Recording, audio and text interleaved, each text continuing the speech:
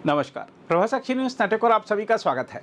पाकिस्तान आज यानी 14 अगस्त को अपना स्वतंत्रता दिवस मना रहा है, लेकिन प्रधानमंत्री शहबाज शरीफ के सामने सबसे बड़ी मुश्किल यह है कि वह खुलकर जश्न कैसे मनाएं, क्योंकि उनके देश में चारों ओर से चुनौतियां बढ़ती ही जा रही हैं।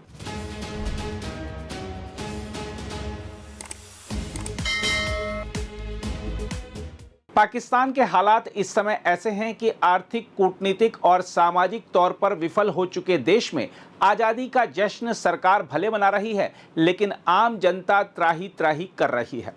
ऐसे में जनता को उम्मीदें देने की बजाय प्रधानमंत्री शहबाज शरीफ ने एक बार फिर भारत के खिलाफ खोखली धमकियों का ऐलान कर आवाम का ध्यान भटकाने का प्रयास किया है। हम आपको बता दें कि शहबाज शरीफ ने भारत को निशाना बनाते हुए पानी के मुद्दे पर सीधा जवाब देने की धमकी दी है।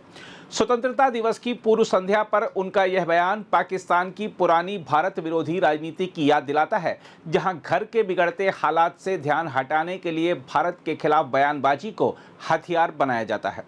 शहबाज शरीफ ने कहा कि सिंधु नदी के पानी की हर बूंद पाकिस्तान की रेड लाइन है और अगर भारत सही रास्ते पर नहीं आया तो उसे सीधा जवाब दिया जाएगा। उन्होंने यह भी चेतावनी दी कि पाकिस्तान की संप्रभुता और सुरक्षा को चुनौती मिली तो मई 2025 की सैन्य झड़प से भी कड़ा जवाब दिया जाएगा। यानी अपने नागरिकों के सवालों का जवाब देने की बजाय इस्लामाबाद फिर दिल्ली को गीदड़ भभकी देकर अपनी खोखली ताकत का प्रदर्शन करना चाहता है। विडंबना देखिए कि जिस पाकिस्तान के प्रधानमंत्री भारत को शांति का दुश्मन बता रहे हैं, उसी पाकिस्तान के भीतर शांति और स्थिरता का संकट गहराता जा रहा है। बलूचिस्तान में पाकिस्तान की सत्ता के खिलाफ असंतोष इतना बढ़ा है कि स्वतंत्रता दिवस को ब्लैक डे के रूप में मनाने की अपील तक सामने आई है। बलूच नेताओं ने काले झंडे और काली पट्टियां लगाई हैं। सुराब क्षेत्र में पाकिस्तानी सैन्य कार्रवाई में नागरिकों के हताहत होने से असंतोष और भड़क गया है। बलूच कार्यकर्ताओं के मुताबिक सैन्य कार्रवाई में बच्चों समेत बड़ी संख्या में नागरिक मारे गए या घायल हुए। मानवाधिकार कार्यकर्ताओं ने आबादी वाले इलाकों में हवाई हमलों और नागरिकों की मौत पर सवाल उठाए हैं। बलूचिस्तान और इस्लामाबाद के बीच अविश्वास की खाई बेहद गहरी हो चुकी है। जिस देश का एक हिस्सा उसके स्वतंत्रता दिवस को ही ब्लैक डे कह रहा हो, उसके प्रधानमंत्री का भारत को धमकाना खोखली ताकत का प्रदर्शन ही अधिक लगता है। यही नहीं, पश्चिमोत्तर पाकिस्तान का हाल भी शरीफ सरकार के दावों की पोल खोलता है। खैबर पख्तूनख्वा में स्वात के कवाल पुलिस स्टेशन के पास आत्मघाती हमले में 17 लोगों की मौत और 27 के घायल होने की खबर सामने आई है। मृतकों में 7 पुलिसकर्मी भी शामिल हैं। हमला उस समय हुआ जब लोग क्षेत्र की बिगड़ती कानून व्यवस्था के खिलाफ प्रदर्शन कर रहे थे। यानी पाकिस्तान अपने ही शहरों में आतंक और असुरक्षा से जूझ रहा है और फिर भी उसकी सत्ता को भारत के खिलाफ बयानबाजी में राजनीतिक लाभ दिखाई देता है। पाकिस्तान अधिकृत जम्मू कश्मीर भी बेचैनी से गुजर रहा है। वहां राजनीतिक प्रतिनिधित्व और अन्य मांगों को लेकर विरोध प्रदर्शनों, झड़पों, बल प्रयोग, इंटरनेट बंदी और हालिया विधानसभा चुनावों की निष्पक्षता को लेकर गंभीर सवाल उठे हैं। रावलाकोट में सुरक्षा बलों की गोलीबारी में लोगों के घायल होने की बात भी सामने आई। भारत के विदेश मंत्रालय ने पाकिस्तान पर मानवाधिकार उल्लंघनों के लिए अंतर्राष्ट्रीय जवाबदेही की मांग करते हुए कहा है कि असंतोष का जवाब गोलियों, ब्लैकआउट और दमन से दिया गया। वहीं राजनीतिक मोर्चे पर भी पाकिस्तान की हालत कम विस्फोटक नहीं है। पूर्व प्रधानमंत्री इमरान खान जेल में हैं और उनके बेटों ने आरोप लगाया है कि परिवार, डॉक्टरों और वकीलों को 7 महीने से उनसे मिलने की अनुमति नहीं दी गई।